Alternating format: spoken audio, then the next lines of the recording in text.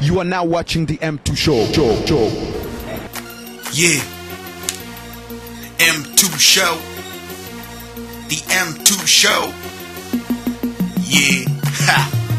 Merci, voilà, nous revenons là. Messieurs Abraham Lwakawanga, est-ce que vous avez quelque chose à ajouter sur ce que le docteur venait juste de nous dire? Si, je voudrais mettre une emphase, parce que je pense également à nos 6 millions de Congolais qui sont morts, pour lesquels aujourd'hui plus d'une pétition ont été déposées, plus d'une marche ont été organisées, et pour lesquels personne ne parle. Il y a silence.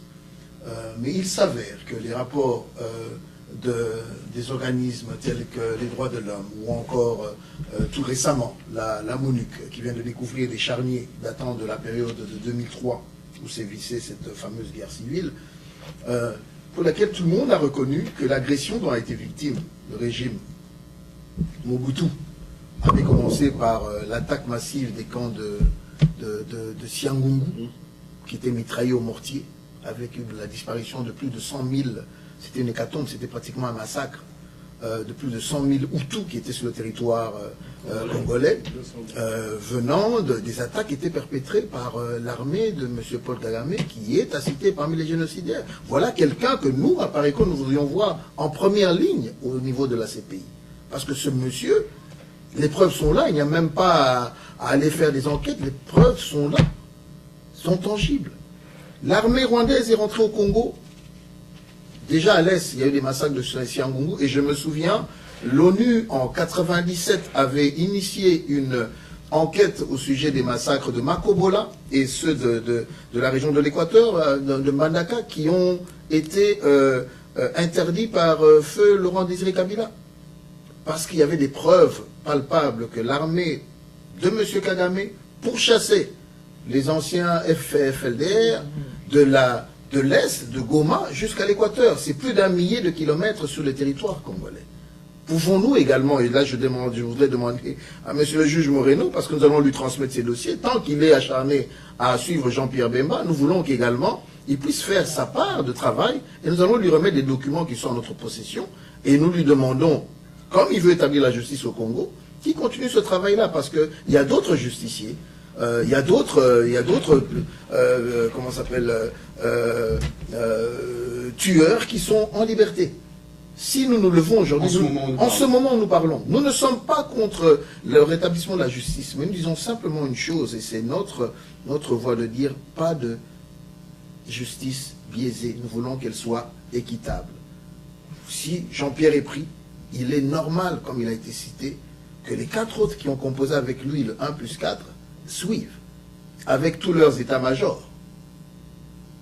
Ainsi, la vérité éclatera.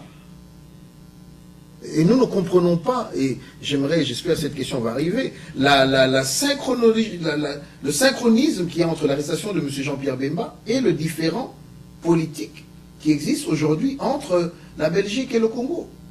Pourquoi Jean-Pierre a-t-il été arrêté si rapidement alors qu'il avait eu, et ça je vous informe, une semaine diplomatique intense au niveau de la Belgique, chargée. Jean-Pierre a eu rencontré pratiquement tous les, de Leterme à tous les grands responsables au niveau de la Belgique. Et s'il y avait élu de domicile, c'est parce qu'il voulait que ses enfants, il voulait que sa famille s'établisse. Il est propriétaire. Et tous ceux qui connaissent la loi savent que lorsque vous êtes propriétaire, la Belgique va vous donner un droit de séjour. Donc Jean-Pierre avait établi son quartier général au niveau de la Belgique, où il vivait paisiblement avec sa famille. Et nous ne comprenons pas qu'aujourd'hui on puisse nous dire qu'il voulait fuir pour aller dans quel pays? Retourner au Congo? Aller se jeter dans les bras des tueurs de Kanambe? Très bonne question, merci beaucoup, Monsieur Abraham Lwakawanga.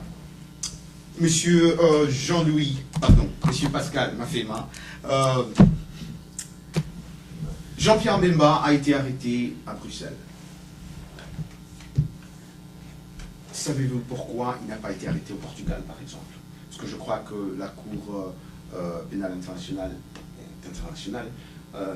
pourquoi pas au Portugal, juste en Belgique? C'est comme si c'était un coup préparé, vous croyez? Bon, disons que cette information-là, franchement, m'échappe en fait. Parce que c'est vrai, le Portugal, faisant partie de la communauté européenne, elle fait partie elle est signataire du CPI. Donc en fait, ils auraient pu arrêter Jean-Pierre quand il était au Portugal. Mais ma compréhension est que le mandat international a été lancé il y a 8 jours. Jour pour jour, oui. Hein? Il y a 8 jours. Donc en ce moment, il était déjà à Bruxelles. il était déjà en Belgique. Ouais.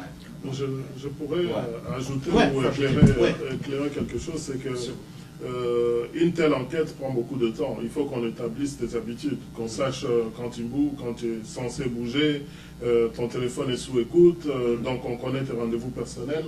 Il est très facile de savoir que si ces enfants fréquentent l'école en Belgique, la Belgique devient son lieu de résidence au lieu du Portugal, où il pourrait repartir pour un week-end, mais on sait qu'il est parti pour le week-end, mais il devrait revenir là où sa famille est résidente, comme ses enfants allaient à l'école en Belgique, donc on l'a poursuivi et on savait très bien qu'il n'allait peut-être pas bouger dans...